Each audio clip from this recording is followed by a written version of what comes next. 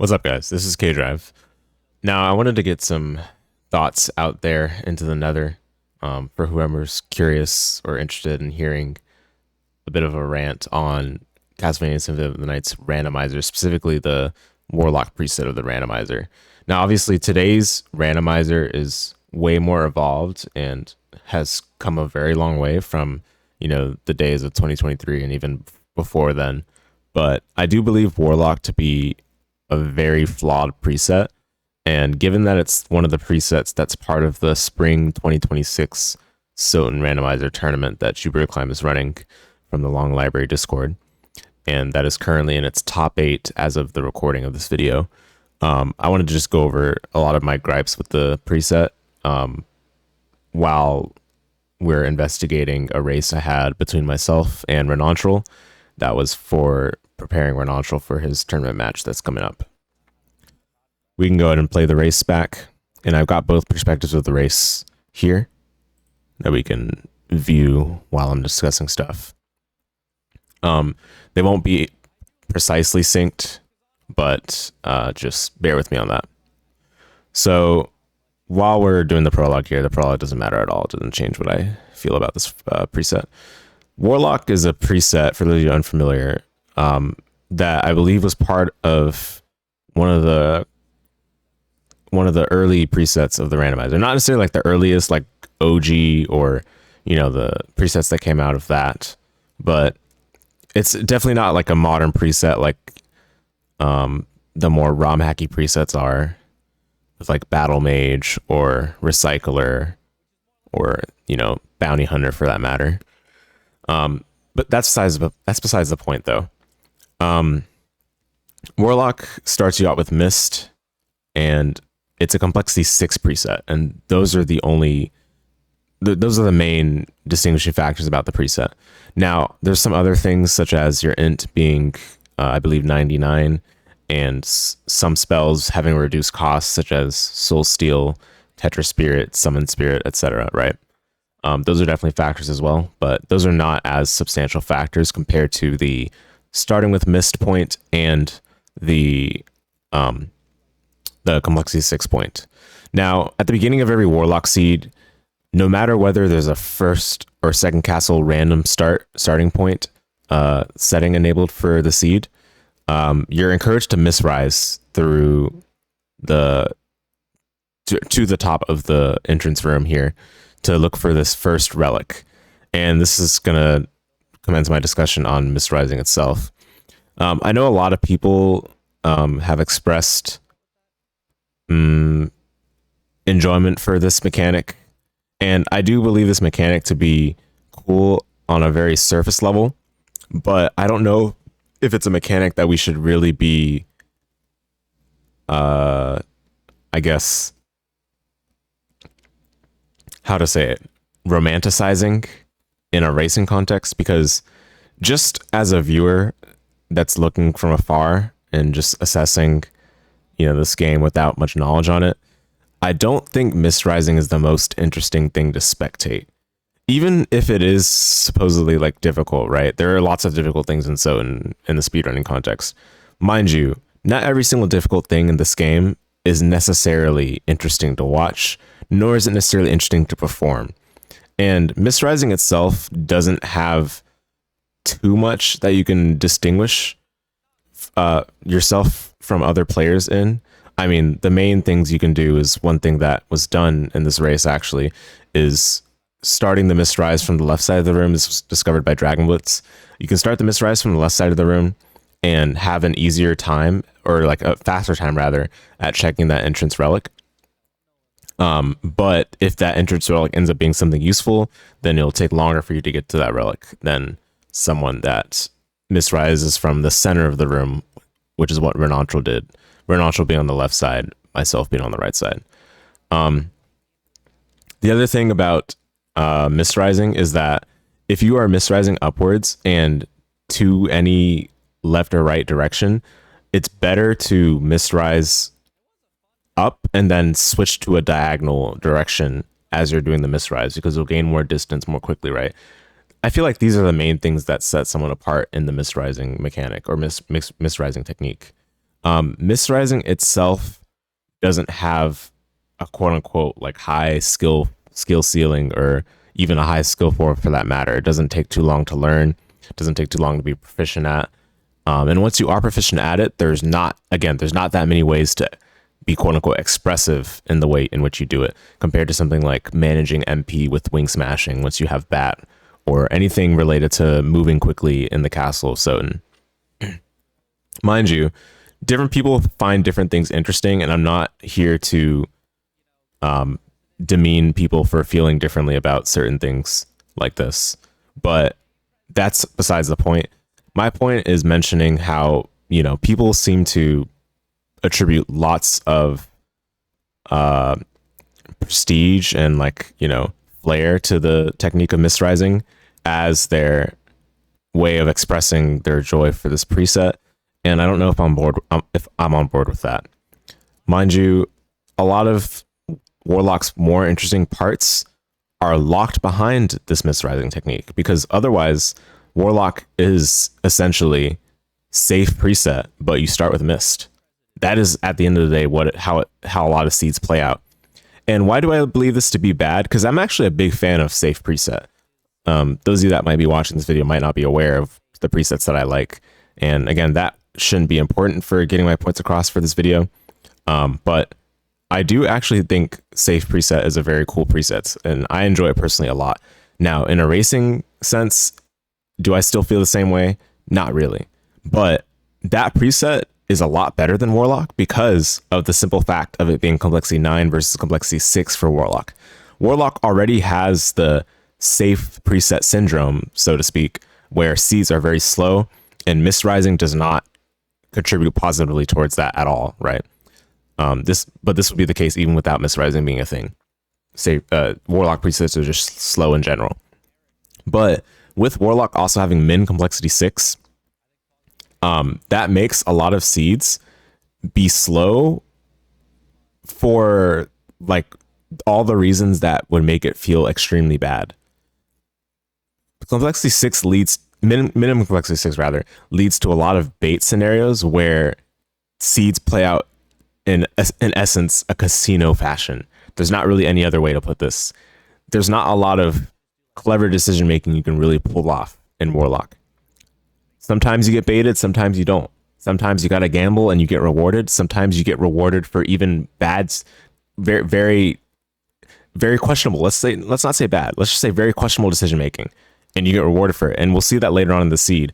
I got rewarded for a legitimate mistake. I had library cards that I should have used at a certain point, did not use them, and got rewarded because it put me in the position I was in as a result of not using the library card was such that I was able to find one of the last things that I needed to beat the seed. And that's a situation that can happen in any preset, mind you, but it happens more often in the presets that have lower complexity due to the amount of bait that is produced as a result. Now, you can already see an early route divergence in this seed playing out. The starting location was Colosseum, and layer 1 here is going to be Jewel of Open at Spirit Orb, with RenantrL's decision to go to Entrance Warp from the Colosseum, or rather from the All Rocks Warp. His decision has been rewarded with the first layer progression, seemingly, right? But I say seemingly, but technically Jewel of Open is a highly likely chance of being proper progression because there's several checks that are opened by it. 2 directly, those being Merman, Statue, and Scylla in the Caverns, and then 1 available as well at Leapstone and Castle Keep. Now, my choice was to go to Castle Keep, as we can see right now, and Spikebreaker was available at Leapstone, Castle Keep. Now, Spikebreaker is a pretty important relic, I would say, in Warlock. Not because not because you really need it per se, but because doing the spike room out of logic in Warlock is pretty tricky to do. You don't often have ease of access to something like Bat, again, because there's so much bait in Complexity 6 presets, that Bat is not really something you'll expect to have by the end of the seed. And due to that, again, you put yourself in a position where the player that ends up finding Bat usually ends up finding it from a random check, and that check might not even have been part of the I say random, but that does imply what I'm about to say. That check might not even have been part of the expected chain. And if that player found it in a place that was random, that means that other player that didn't find it will be at a severe disadvantage. Whereas in safe preset, bat tends to always be part of the chain. I believe it actually has to be part of the chain every time. Maybe I'm wrong about that. Yeah, actually, no, never mind. Forget about it. Anyway, it's pretty likely to be part of the chain comparatively. And in Warlock, that's not necessarily the case. So given that, bat isn't guaranteed to be part of the chain, the player that does find it not only puts himself as a strong advantage, but also that makes the routing just even more casino, because you're losing time to a person that just finds it without necessarily even making the right choice. And also you're not able to make use of, the knowledge that, bat will have a high chance of being part of the seed to be able to make informed out of logic skips or out of logic checks that players tend to favor in a racing setting. Now, RenantrL, speaking of out of logic, decided to misrise to gravity boots, which I personally do not believe misrising the gravity boots to be a good play in any Warlock seed.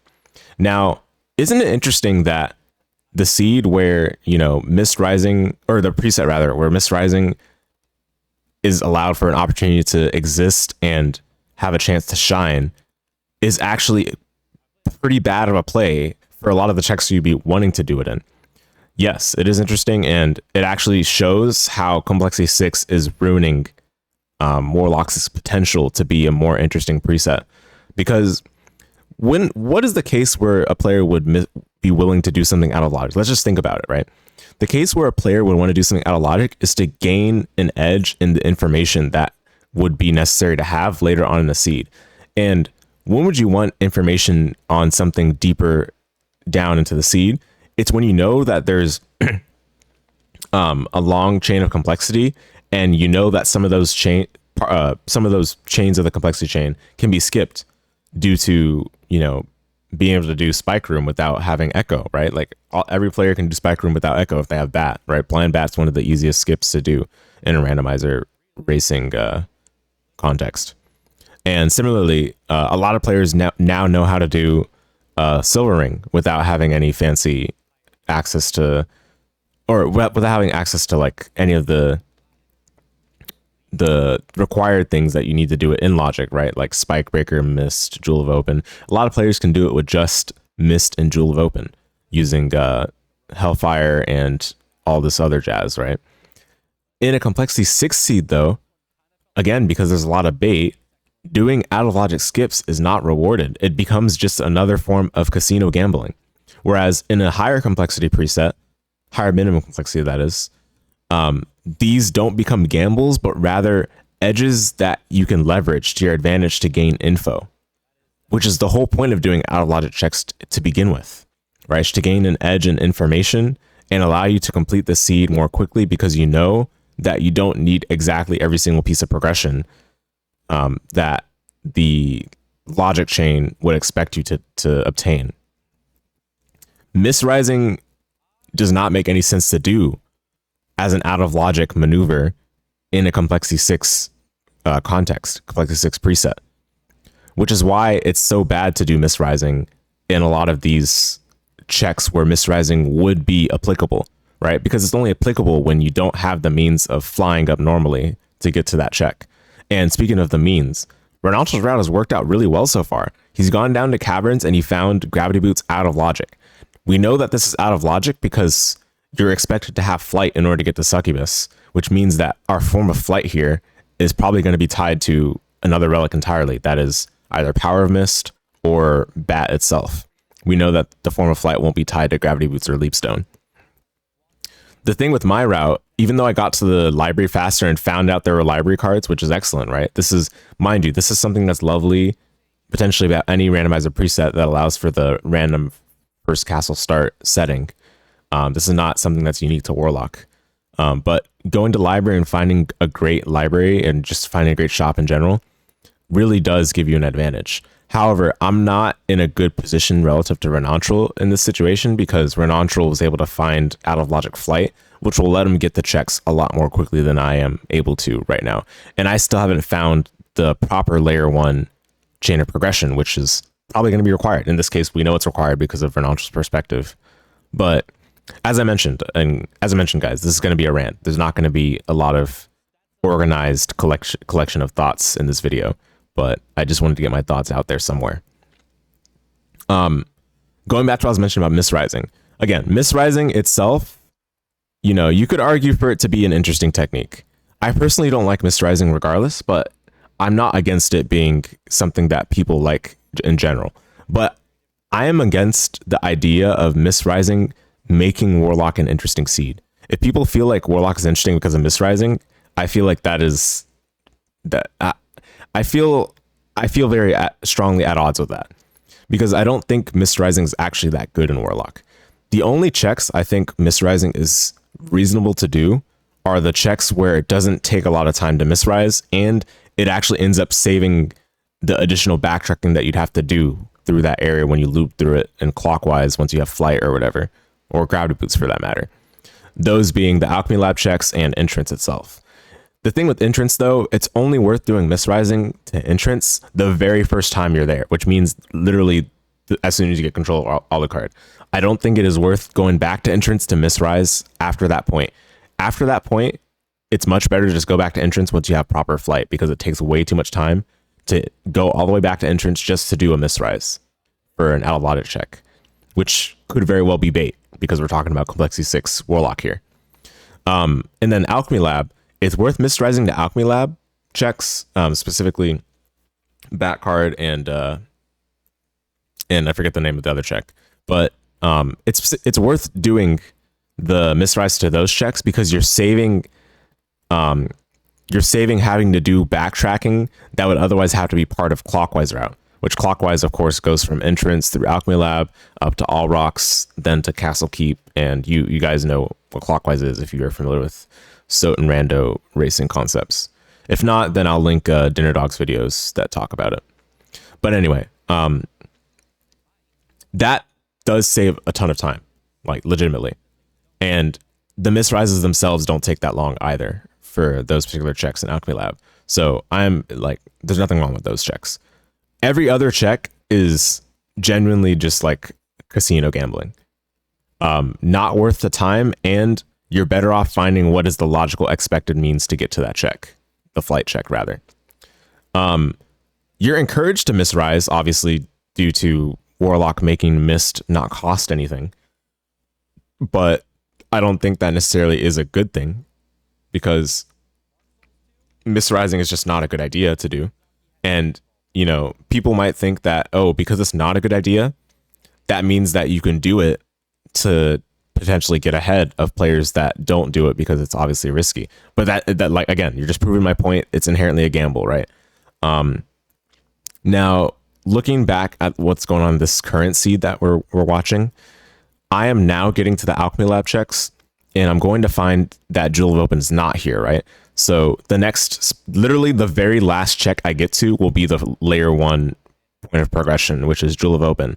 Now, very funny thing about this particular seed, as RenantrL clears Grand Falloon using the Soul Steel, is that even though Jewel of Open is the first layer of progression, that is actually extremely horrible in Warlock. Extremely horrible. A lot of people complain about Jewel starts and safe preset, and obviously Spellbound as well, which is a safe derivative. But I think Jewel starts are actually even worse in Warlock, because in safe preset, you are usually pretty confident that Jewel will lead to gravity boots and then immediately to flight, right?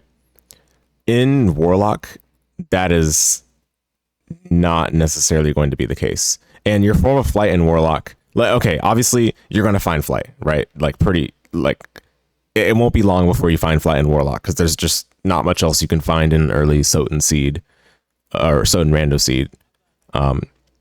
But mind you, in nearly all safe preset seeds, your form of flight will be gravity boots and double jump, which is a very solid form of flight. Like, that form of flight offers you like pretty solid movement compared to Mist, Power of Mist, which I think most people would agree is like the least desirable form of flight to have in the whole game.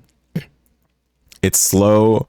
It doesn't have any interesting intrinsic speedrun mechanics attached to it. It's just press the miss button and hold the direction that you want to go in. And it so happens that in Warlock, there's no MP management for miss, so there's not even an application of trying to manage MP to the next save room or whatnot. And the situation we're going to see in this seed, where Jewel is at layer 1, and that's the very last check I get to, is Jewel. Layer 2 is Spikebreaker at Leapstone. That is a safe preset situation, and lots of people complain about that situation because in safe preset, if you find a Jewel start, it's basically a 50-50 whether the next layer of progression is at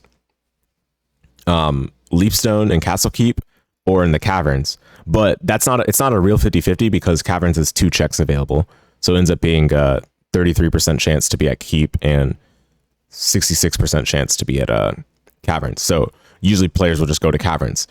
But the problem isn't really the probabilities there. It's the distance between those checks. Castle Keep is literally on the opposite side of the map compared to caverns.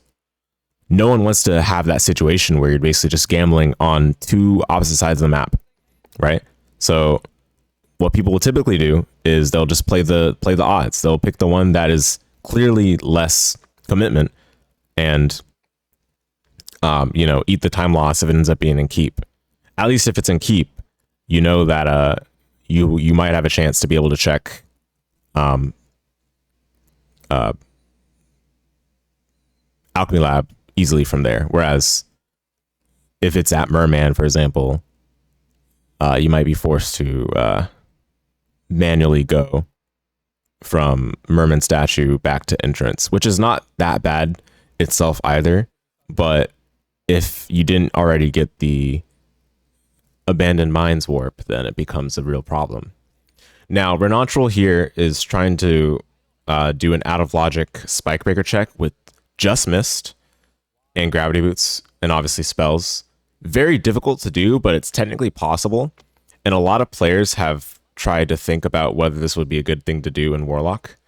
I don't know if this has ever been rewarded in a Warlock seed per se, and I can't exactly remember how this turns out in the seed because I don't remember what was at Spikebreaker itself. But an out of logic check like this in this situation is a gamble itself as well. Now, RenantrL does have out of logic flight, so it's not that bad of a gamble for him. However, he doesn't have enough info on the seed because, again, Warlock has a lot of bait. Warlock complexity 6. Warlock is not even guaranteed in Warlock, or it's not even necessarily a high chance that Warlock will require Bat as part of the complexity chain. So doing the Spikebreaker check is basically just a gamble, right? It's out of logic. It's a gamble that if it works out, you get an extraordinary lead, right? But even if it works out, at best you might just get a Vlad, and you'll still need some more progression that'll let you complete the seed more quickly, like Bat itself, or like Holy Glasses, because you'll probably need to find Holy Glasses somewhere. In fact, if Holy Glasses is what is at Spikebreaker, that Spikebreaker location, that might lead to an even weirder situation, because then you got to go to Second Castle, and while yes, Second Castle does have 10 checks, those 10 checks would all be on the same layer, and you wouldn't be able to do those checks very quickly with just shield dashing, gravity boots, and mist, right? So it doesn't really put you in that comfortable position. You might still want to be in First Castle and try to get more information, yada yada. Point being, out of logic skips like this don't work out as favorably in low complexity presets. It ends up being more of a gamble in low complexity presets because, again, there's not a high degree of confidence that it's nothing else than bait. And I went to Succubus now finally and got the gravity boots, so now I have out of logic flight. But also having Spikebreaker, I now know that it's highly likely that Silver Ring is just straight up what leads to flight. And best case scenario, it's Bat there. Worst case scenario, it's Power of Mist, and I don't want Power of Mist, right? But because it could be bat, I feel that I have to check it, because if I leave bat behind, I basically just lose. There's so much time loss in not having bat, especially in Warlock, where it's not guaranteed that bat's part of the chain. It could just be random, right? Obviously, if bat is in Silver Ring in this situation, then it is part of the chain, because it would be the expected form of flight. But those are all considerations for Warlock itself. Back to what I was mentioning about misrising. Notice how as soon as you get any form of competent flight, rather, like, you know, like it doesn't even have to be logical flight. It can just straight up be gravity boots. As soon as you get gravity boots in Warlock, you no longer have to misrise. And mind you, no one wants to misrise. Think about all the other presets that have something like gimmicky or special going on with the transformation, like Lycanthrope. People want to use the wolf. It's not like, oh, I got the bat in Lycanthrope, now I'm just going to use the bat for the rest of the time. No, you still want to use the wolf, because the wolf has still very strong movement, and the reduced MP cost on wolf makes it more mana efficient, meaning you'll probably get around the castle faster overall because you have to tap less save rooms, and Power of Wolf still lets you go quickly enough through the rooms in a way that is not that slow compared to wing smashing, even though wing smashing is still faster. On the other hand, as soon as you get any form of competent flight, Warlock's main maneuvering gimmick that involves mist is completely out the window. And really the only thing that becomes of note about Warlock being distinct from other presets is the fact that there's reduced mana cost on spells. But SotN is not really a game where having a gimmick related to combat like in this kind of way makes for any new, particularly like new gameplay experience to highlight from that. Like basically what I'm trying to say is that you can have a fresh experience by, you know, changing up the way combat works in some of these, you know, ROM hackier presets, right? Like even battle mages like this. But at the end of the day, SotN's combat is not really what it excels in.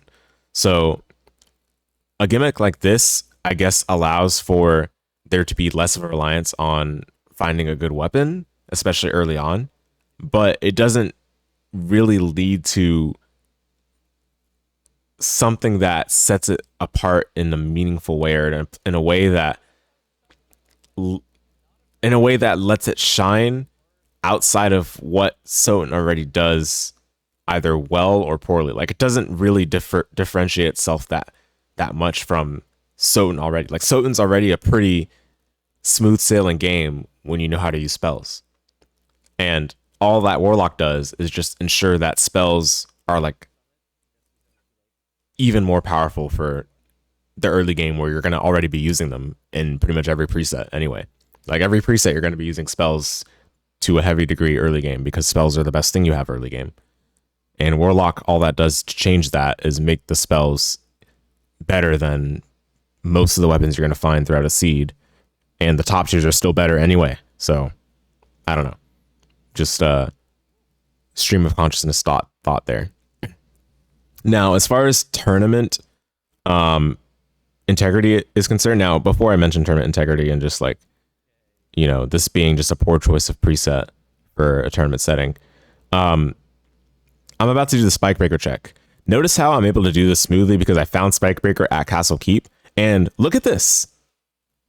It's a final Vlad. That is something you need to beat the game. But had RenantrL found this, I don't know if he necessarily would have been happy about it, because he still doesn't have any information on where logical flight would be. He doesn't know where Spike Breaker is, but he knows that whatever is at Leapstone has to be progression, because he's done every single check that can be done at the Jewel of Open layer other than Leapstone. And for all he knows, Leapstone could just be bat. And if Leapstone is bat, he knows he's screwed. It's just over for him. And trust me, with the way the seed has gone, Leapstone could very well be bat. And Merman Statue was just randomly at one of the flight checks in Auroch's quarters. And guess what? Merman Statue could lead to anything. Merman Statue could very well be bait. There's not enough information on the seed yet. RenantrL has one ring that was at Gravity Boots. For all we know, that's considered a random ring for the time being, because it's on the flight layer, which again, RenantrL still does not know what the flight layer is because he has not found logical flight. but he's about to go to Silver Ring. And he's doing Silver Ring without having the knowledge that Spikebreaker was at Leapstone. So I feel for him in this situation. This is such a horrible seed from his vantage point. And I think it's a horrible seed, but for different reasons. I think it's a horrible seed because I found Jewel of Open at the very last check I did and realized that Spikebreaker that I found at Leapstone was the next expected step. Because when I went to Caverns, I didn't find anything other than a random gravity boots, which obviously I love to have, but that's not exactly comforting knowing that Bat could potentially be at Silver Ring. And I think that Bat's at Silver Ring. RenantrL thinks that Bat could be at Leapstone. We're both in such an unsettling position, right? And little do we both know at this point that we're both wrong, because the intended flight here was Power Mist. And Power Mist at Silver Ring. Not only is Silver Ring typically a high complexity location, it's also a location that a lot of players have invested a lot of time into to learn how to do skips on it. Because again, skips are very good to do in a high complexity preset, right? They get you such an information advantage. They allow you to save lots of time on the seed just inherently because you don't have to backtrack when you have progression items later. You don't have to come back to that location with more progression items. You can just do it right now while you're there. And the main way to save time in randomizer is to do checks while you're close to them. Do checks efficiently. RenantrL gave up on Silver Ring because, ran out of mana, didn't have enough resources. Understandable. It's not his fault, really. The seed is so horrible so far, 30 minutes in, with not even logical flight, barely any information, only one Vlad on both of our sides. Like, people say that safe preset is bad, and again, if they don't like safe preset or Spellbound, I completely understand. But I don't understand how people say that they like Warlock, or even that they like Mist Rising, when Warlock is doing pretty much all the things that people complained about safe and Spellbound, but way worse. Now, Spellbound obviously has lots of problems. It has all the problems that safe has, plus the issue of Wing Smash and Bat being separate. Don't want to get into that. It's kind of off topic, but I will concede that Spellbound is definitely worse than safe. Like, don't get me wrong there. But similarly, if we think that Spellbound is worse than, and then he finds Spikebreaker there, like RenantrL stops and is like, wow, this is such a horrible seed. But anyway, if we think that Spellbound is worse than safe, surely we also think that Warlock is worse than safe, because Warlock has all the issues with safe, but just highlighted to such an extremity due to the complexity 6 and the fact that Mist Rising is a technique that exists pretty much. Like, the fact that it is encouraged to any degree in this preset by starting out with Mist is a big problem. Not just starting out with Mist, but having no MP cost on Mist. Those are important things to mention. But yeah, so the Merman statue that RenantrL picked up from Sword Card that I'm about to pick up right now could be bait. There's not enough information. But let's say someone goes there, right? If someone decides to go to Merman statue right now, that is just a bad play. That is just casino gambling. Now, if I were to go to Merman statue right now, that wouldn't be as bad because I already know that Silver Ring is going to have intended flight, because that's Spikebreaker right now. And I've done all the other checks. RenantrL also knows that right now because he's just now been to Castle Keep. But it's not a comforting feeling at all, because even with that information in mind, there's still no strong understanding of what would be at Merman statue, because Holy Glass's location is also on the table. The other ring has not been found. I haven't found any ring, for that matter, because I haven't gone to Gravity Boots. And given that, actually, no. If not having known what Gravity Boots was, this could have easily been a ring here. Now, obviously, we know that's not a ring, but I think actually this could have been a ring. It could have been a ring that led to flight at Holy Symbol, I think.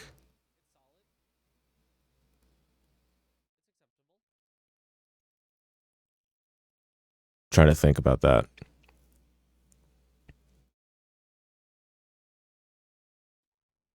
Yeah, if there were a random ring that were on like layer one, again, for all I know, actually no, I had done all the checks, so by that point that wouldn't have been the case. But had that been the case, that would have been interesting. So yeah, so anyway, enough with that. Now just talking about the tournament side of it, why I don't think this is a good tournament preset. I think tournaments should be able to showcase the like highest degree of both player skill and ability to execute, as well as decision making in the randomizer. Like when I say execution, I mean like someone's ability to like move quickly throughout the castle. Obviously, that's a component. Good having good movement, having good combat potentially. I mean, combat, it's hard to really express yourself because combat in SotN is not a central component to the game. But for sure movement, right? Obviously, if this were just a game of movement, then we can just do the speed run and let that be the tournament, and that's not the point. Which is why we have the decision making factor, which is part of the randomizer. And decision making just being a player's ability to adapt on the fly based on what they find at checks and incorporate different adjustments to the routing with like library cards or with the fast travel or with just the location they decide to go to when there's numerous paths available at once. Due to either fighting flight or finding holy glasses or whatnot, right? A lot of routing divergences that can happen in this game. Those are the ways in which a player's skill can be tested in a tournament setting. And ideally, you want those skills to be tested such that the player that is better is favored to win, right? Like, ideally, it should reward people that have put in the effort and put in the time and the people that are just better at the game. Because that's what a tournament's supposed to show, right? That's what a tournament's for. It's to determine who the best is, ideally. And usually, even with, the nature of the randomizer being random, being the case, and obviously there's variance and all of that, usually you'll still see the same crew of players making the top eights at these brackets. Now, I don't want to get into the issues we have with our qualification system for JupiterClimb's tournaments right now. There's very obvious flaws with it, and they've been, I guess, addressed at minimum. I don't really want to go further into it, but that's besides the point. At least there is an idea that we do see usually the same crew of players in the top eight, like just overall, right? That means there is a way to be consistent despite the randomizer's shortcomings. However, even with that being said, just looking at the individual outcomes of races and seeing the numerous ways in which a good decision was punished because that good decision, that well-informed play had exactly one, let's say lose condition that ended up being fulfilled, not just fulfilled, but also explicitly rewarded from a bad decision. Let's say from either leaving behind, it's happened before where someone leaves behind, let's say Grand Falloon or Spirit Orb when they had the opportunity to check it because it was right there while they were doing their route. And maybe before I continue talking about this, it is worth mentioning that there's something called, a lot of people say it's skipping when you don't do a check right away, but really what that is deferring. Sometimes it's better to do a check at a certain time rather than doing it as soon as it becomes available, because if you do it at a later time, you'll be able to do it more quickly. And you also know that whatever is at that check will not be of use if you were to do it right away. But it could be of use later on when you've gathered the requisite information to know that check would have something useful by the time you go to check it later. Here I found Echo at Merman Statue, which was valuable information because I know that Bat could be part of the chain now, right? Knowing basically before I'm like, Bat's random because I didn't find it at I didn't find it at Silver Ring, which had the in logic flight. I didn't find it in literally any other check in the game because by this point I had checked literally everything else except for gravity boots. But if it were at gravity boots, that would prove my point that it's random. Bat is random here. But I'm not intentionally doing a gravity boot skip. There was never a convenient time to go back to the center clock room just to check gravity boots. Like in general, why would I do that? That's just a very poor usage of time. So a lot of people nowadays in the SotN rando community call this a gravity boot skip, when in reality, this is the gravity boots deference. Like, I will go to gravity boots if it makes sense to, and I still haven't found the thing I'm looking for. I'm not skipping it on purpose. There was literally never a good, efficient chance to check it in the seed so far with how it's played out with my route. And RenantrL misrose to it, and because he misrose to it, it took him a long time to do it, and he was able to get information from having done that check, but the timing he did it turned out to be a timing that made him realize that there was nothing to gain from doing that check at the time he did it, because it was a random check. And him actually having the ring ends up being a pretty bad thing, because as soon as he finds the other ring, wherever it is, the complexity ring, he might get baited into following the line of like the quote unquote line of progression there and checking holy symbol or holy glasses, when holy glasses could very well be bait. We don't know right now.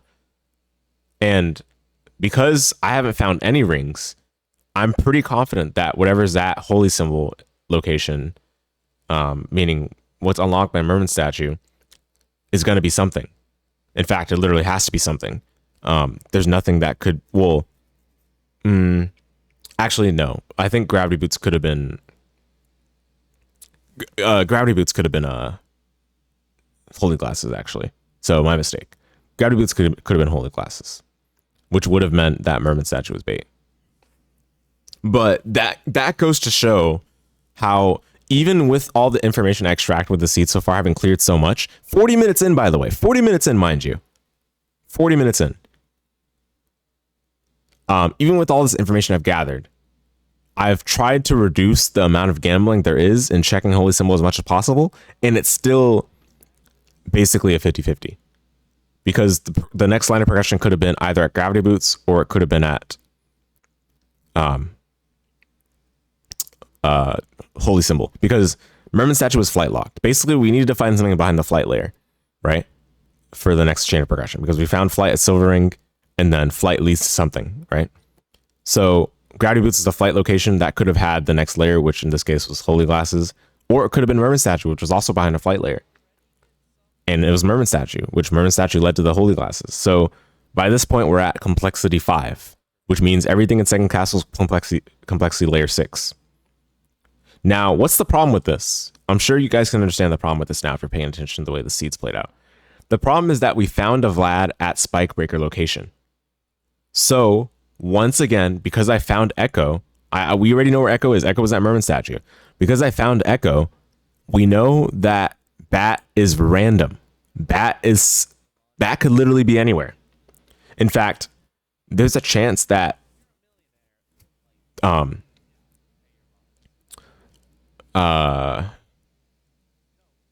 wait, no.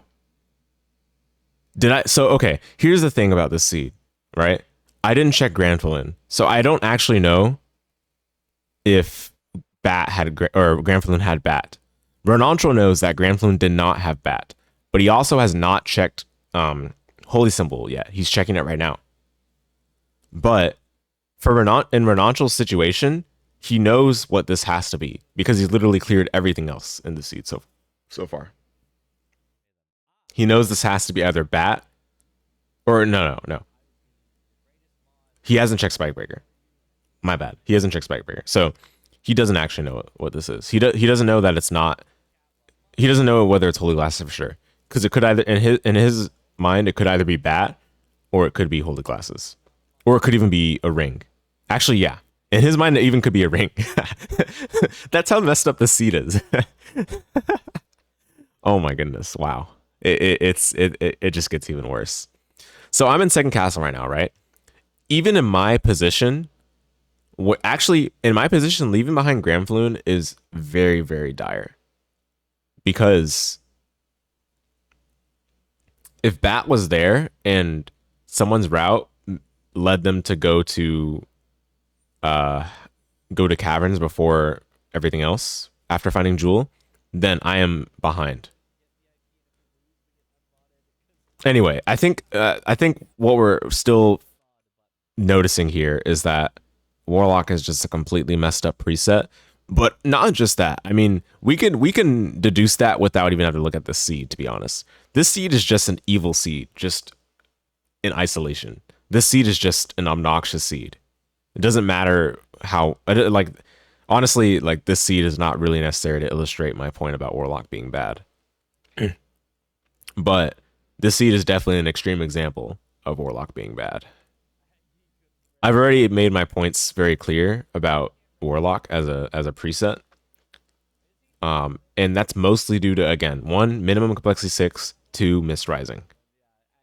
Mist rising being what's encouraged. And the way it's encouraged, to me, it's very clearly encouraged due to the fact that mist itself has no cost and that you start with mist. Mist doesn't really do much for that matter. In fact, in logic, you can't actually check anything with mist. You can't even do Soul of Bat with mist, I don't believe.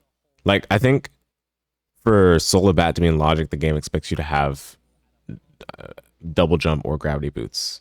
One of those. Something like double jump or gravity boots or something better. So something better being like flight.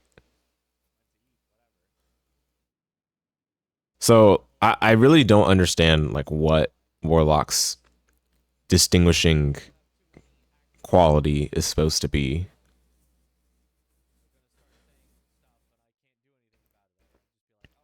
So I go right side here, which is a reasonable thing to do. Again, I don't know if Bat is at Grand Falloon. I don't know if Bat is at Gravity Boots. I don't even know where the rings are. So in my situation, I have such little information to work from. And in doing, like, basically I'm leaving behind those checks because it's like, all right, I'm already too far away from where those checks are to make them be done efficiently. And I haven't guaranteed that those are like my last remaining options. So I'm just going to keep going to the efficient locations, right? RenantrL finally is able to do Spike Breaker, which he was wanting to do much earlier. And mind you, RenantrL got to the library way, way later than I did, meaning he didn't have access to the library cards until well after I had already bought them for the first time. Not that it really made a difference for the seed, because there's not really a good spot to use library cards early on anyway, because the way the seed was structured in its route, it forced you to go all over the castle. And look, Akbadon had a ring. How messed up is that? So now RenantrL has yet another chance to get baited. He might see that ring. Well, okay, actually, if anything... Ooh, okay. If anything, actually, RenantrL's still not sure, because if he were doing counting right now, he would be able to know what the chain is right now. So he wouldn't have to get baited by this. But knowing how bad the seed has gone so far, there's a chance to bait it still. And I think I'm not 100% certain on this, but I do believe that RenantrL has full cleared first castle, save for Holy Symbol. So he basically now he now knows that this is a complexity 7 seed, if he's counting in this situation. And I think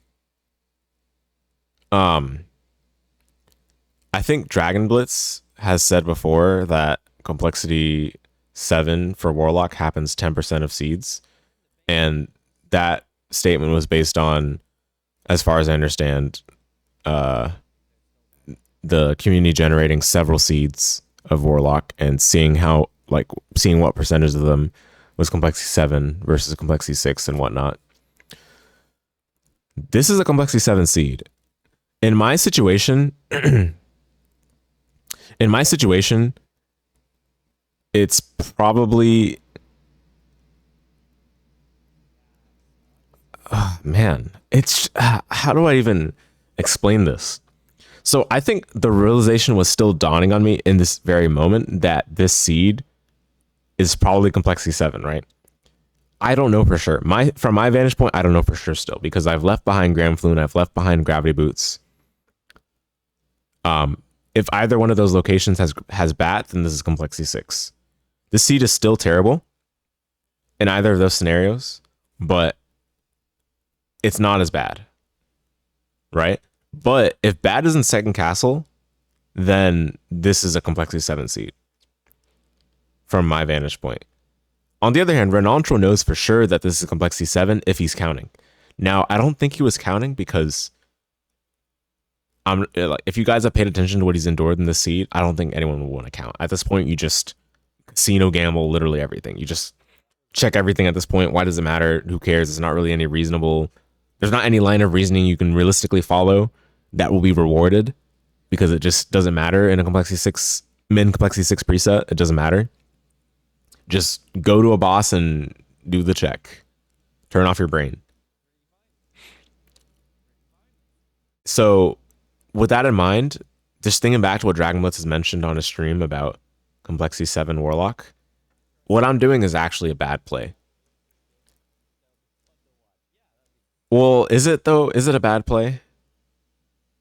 So checking Spikebreaker when I did check it was not a bad play, but if I were to check it after doing what I'm doing right now in second castle, then it would be a bad play. How about that? I think that's the way to say it.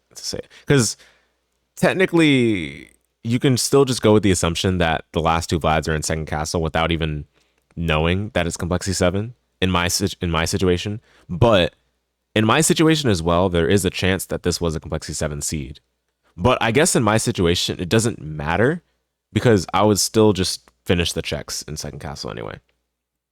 Now, here's one thing that I got really annoyed about after the fact is that, look, right now I'm fighting Beelzebub, right? This is the way you fight Beelzebub in Warlock. You just go to that spot and Soul Steal a bunch because Soul Steal is much lower MP cost and you have a lot of int, right? Beelzebub of Vlad, it doesn't really matter.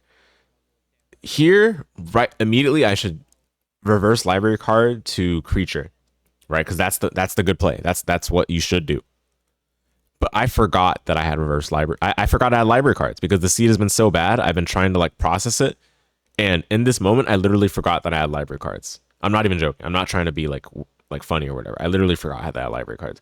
Meanwhile, RenantrL finds bat at creature. This is complexity 7, and he knows that for sure now.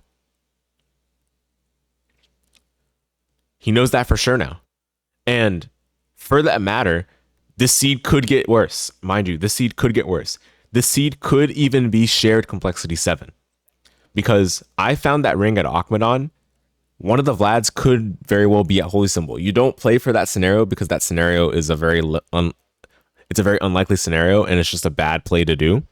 But who's to say what a good or bad play is in this situation, right? Like, it's Warlock, mind you. Like, you're just gambling anyway. I mean, if you still have checks left in second castle, you should do them.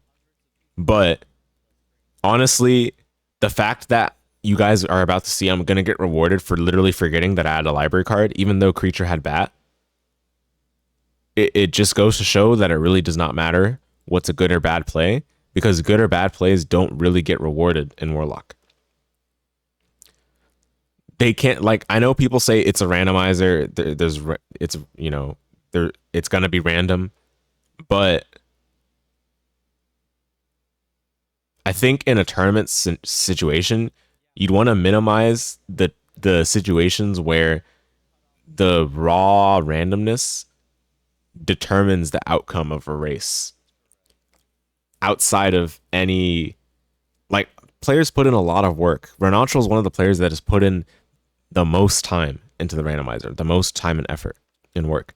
I would feel that a good competitive preset would reward that personally. right? And there are other presets that reward that. Like Lycanthrope has its fair share of random aspects, but that is a good competitive preset. That is probably the best competitive preset that we have. Nimble Light, even though it's also complexity 6, is a much more competitive preset than Warlock. And it's not because of that. And I guess that goes to show what I'm saying is not just because of complexity 6, but it's because of complexity 6 and the fact that you start with only mist. Right? Whereas at least in Nimble Light, you start with all of the good movement. You literally start with flight. You have double jump, you have gravity boots, and you have bat. Those three things open up so many checks at the beginning, right? And you can argue that, oh yeah, that means that layer 1 has so much bait. Yes, it does. That is very true. But Nimble Light's inherently a seed where doing checks does not take very long. So even if you get baited by something, you're not losing like multiple minutes. And that was the issue that people had complaining about for safe preset. Safe preset was that you guess wrong and you lose several minutes because the check is actually at Castle Keep instead of Caverns. That's the real problem. It's not just the fact that there's bait. It's that there's bait and the backtracking takes a long time if you're wrong.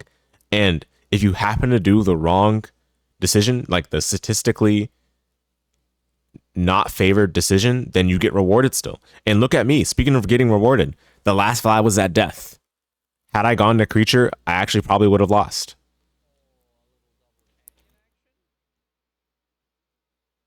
In this situation.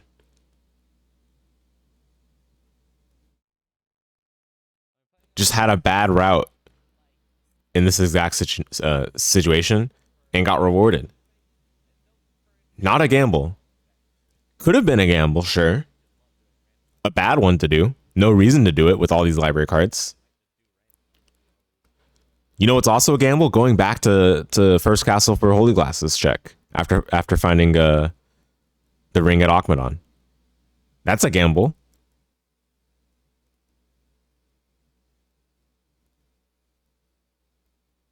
If you want to justify going to death as a valid gamble, rather than using the reverse library card to go to creature, then we can just say that, yeah, sure. At that point, you should just go to first castle, check Holy Glasses. Why not?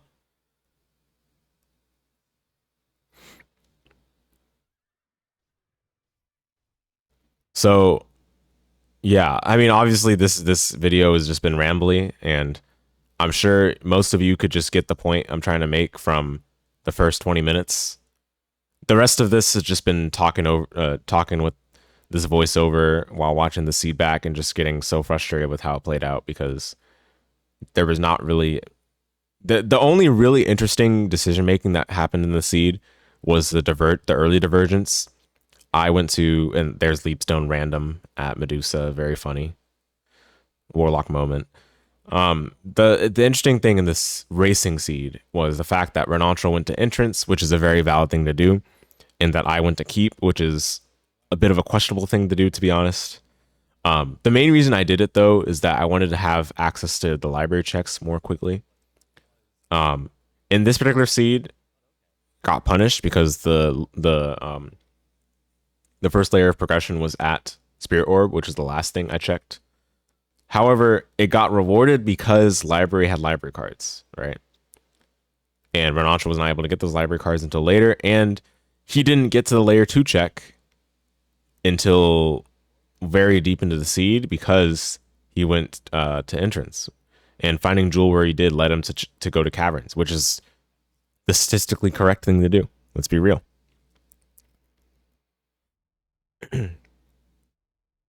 Based on what he did. I'm not saying it's like a generally like the best thing to do or whatever, but it was the correct thing to do based on how the seed played out. So he finds the ring, and then that's where he notices that I had time, and that's that. So yeah, I mean this this seed is obviously an extreme example. I want to reiterate that. It's an extreme example of Warlock. There are plenty of great Warlock seeds that are not like this, but I feel like those great Warlock seeds are an exception rather than the norm. And I feel like if you want a preset to truly be a great choice for a tournament and just show off like the strength of competition in our scene, then we want to see that allows for, you know, good decision making or good competitive play to be rewarded, and not just casino gambling and who gets baited and who doesn't get baited. Because these baits are not like, oh, you made an intellectually wrong choice. It's just, oh, you lost the 50-50 or you lost the 25-25, blah, blah, blah. Like, we're not really seeing people lose races in Warlock because of misrising, right? Whereas we are seeing people lose races in Nimblelight and Lycanthrope because their movement is worse with Wolf or Bat. Those in those presets, being worse at the movement does account for a lot of time, because in those presets you can move extremely quickly per amount of lost time, right? Like in a wing smash can take you very far distance wise, and messing up a wing smash can take a lot of time to recover from, which means that is time that you will have moved very far in the hands of a skilled player. So anyway, yeah, thanks for listening to whoever listened, everyone that listened. I appreciate your listening. Let me know if you think there should be more of these kinds of videos, just going over my thoughts on various speedrunning things. But yeah, hope to catch you in a future video. Take care and bye.